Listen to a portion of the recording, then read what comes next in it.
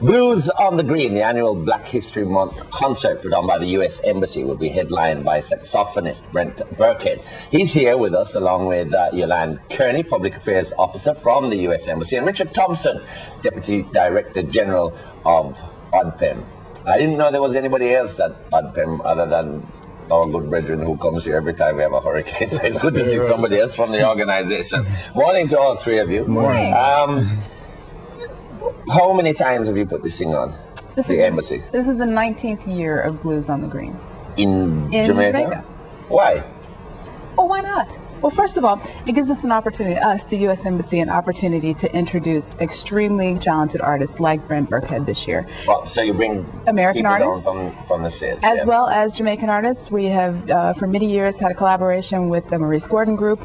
Maria Myrie will be joining us. Faye Ellington will be MC, as she has done in the past. So it's an opportunity to expose Jamaican audiences to fabulous artists. Do you give out visas with the tickets? You know, we never give away. Here we go about visas. That's a good idea. All right, so this is on Sunday? No, this is tomorrow night. Tomorrow night at Emancipation Park, 6:30. Okay. And you are partnered with ODPEM. That's right. This year we have broadened our focus a bit. We're asking all participants to bring a non-perishable food item for donation to ODPEM. So right, so that's a tin of this, that, or the other. Something that doesn't require refrigeration. Right, which is very important to ODPEM, because when you have your shelters and so on, you have to feed people and it doesn't just fall out of the sky. Yes, it will add to our emergency stores. We have a number of activities. We're outside of hurricane season that most Jamaicans know about, but there are other disasters that happen from time to time. A lot of the times when the public in general will not hear about fires. Right. And there are a lot of fire victims, and you have to put them up in shelter. And once the state have taken on that responsibility, you now have to feed them. So that would add to our emergency Is this the first time you guys have come together to do something? That's right. Okay. Why saxophone and why blues? You're a young man, why not, I don't know, hip-hop and rap and so on? Well, my father, when I was 10 years old, told me I was going to play the saxophone. So that was already decided for me. You play it or else. Exactly. My brother was a trumpet player before me, and he said he wanted a saxophone player in the house. Blues and jazz, because that's what the instrument was prominent for, and that's what I was attracted to. For some reason, I mean, it's weird for a 10-year-old kid to like music that's 2 or 3 generations behind him. You know what I mean?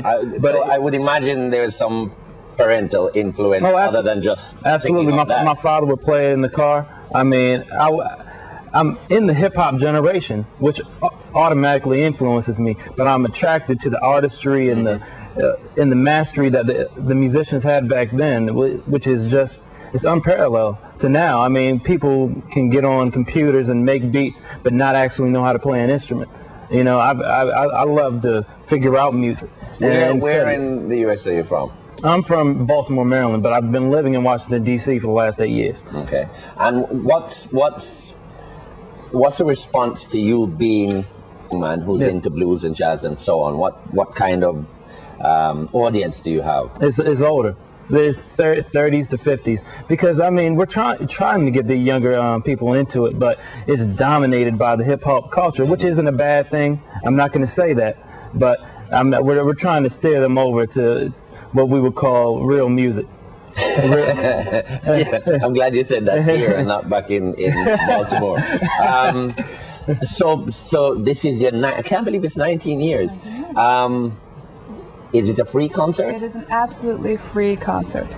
Why do you do this? What does the embassy get out of it? Because you know, it's not like you open the doors and say come visit us. People come to the embassy because they have a specific reason. Frequently, people do come to the embassy for all sorts of reasons, but this is our opportunity to share American culture, aspects of American culture that may be lesser known.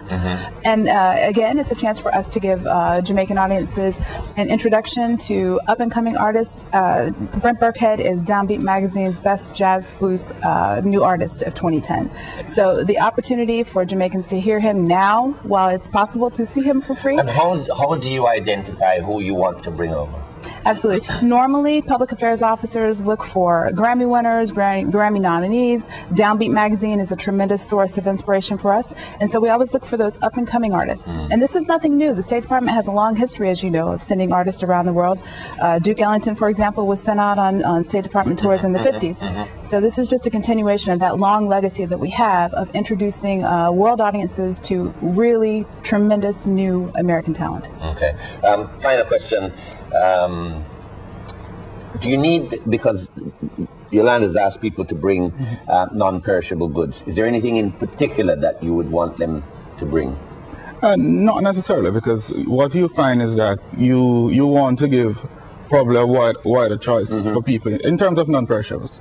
So you get beans, canned fish, stuff like that. Right. Once it is non-perishable, you can always take it, because there's always a need for that. Okay. You don't want to have people in shelter and you're giving them the same thing over and over. Right. Although they're wards of the state, then you still want to be able to give them a balanced diet, so to speak. All right, so it's on tomorrow, the concert, which is Friday, 6:30. It starts at Emancipation Park. Thanks to Yolanda Kerney, Public Affairs Officer at the U.S. Embassy, Richard Thompson, Deputy Director General at ODPEM, and just a little taste of what you will experience when you go to Emancipation Park tomorrow. Here's Brent Birckhead.